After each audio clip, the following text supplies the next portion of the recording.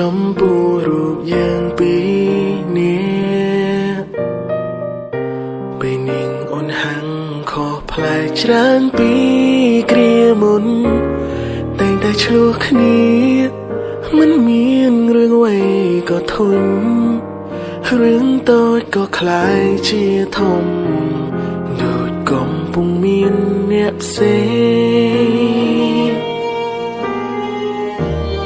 បងមិនបានចាំសង្ស័យអូនច្រើនទេប៉ុន្តែមានមេធ្វើខ្លួនដូចមានបញ្ហាគ្រាន់តែចង់ដឹងអូនកំពុងនឹងអ្នកណាហើយអ្វីក៏ស្រង់ជីវ៉ាមិនចង់ស្ដាប់ពីបងនិយាយបន្តែទៀតនេះយើងនឹងនៅឆ្ងាយគ្នាកុំព្រួយពំងារលែងមានអ្នករំខានអារម្មណ៍ស្ទងរោគរឿងហួងហែងថ្លៃឆាប់ឆាំនេះបងនឹងប្រែថ្មីខ្លាយជាអ្នកដទៃតែសូមពេលធ្វើចិនសិនស្រីបន្តែទៀតនេះ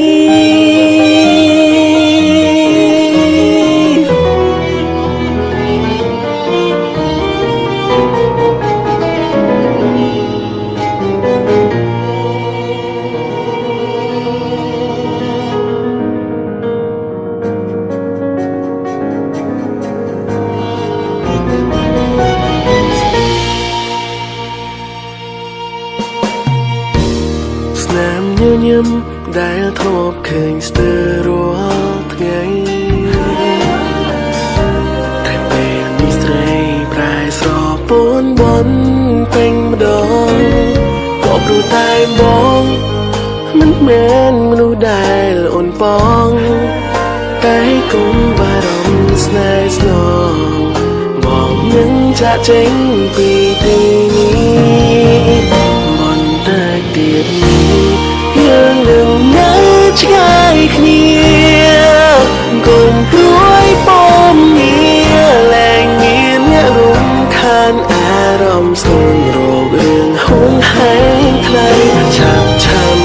នេះបងនឹងប្រែថ្មីខ្លាយជាអ្នកដទៃតែសូមពេលធ្វើចិនសិនស្រីបន្តែទៀតនេះក៏ដឹងច្បាស់ហើយថាពេលនេះបងលែងមានអ្វីដែលអសម្រាប់អូនទៀតឡើយក្តីស្រឡាញ់បាត់បង់ហើយគ្រប់យ៉ាងក៏បានប្រែក្លាយជាអាក្រក់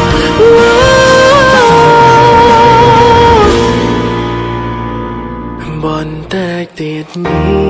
យើងនឹងមានឆ្ងាយគ្នាកុំព្រួយពំងារលែងមានអ្នករំខានអារម្មណ៍សុខរងរឿងហួងហែងថ្លៃឆាប់ឆាំនេះបងនឹងប្រែថ្មី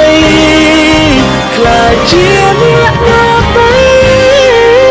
តែសូមពេលធ្វើចិនសិនស្រីបន្តែទៀតនេះពីថ្ងៃនេះលែងមានបងទៀតហើយសូមឲ្យអូនបានក្តីសុខត្រែមក្រោយជាមួយ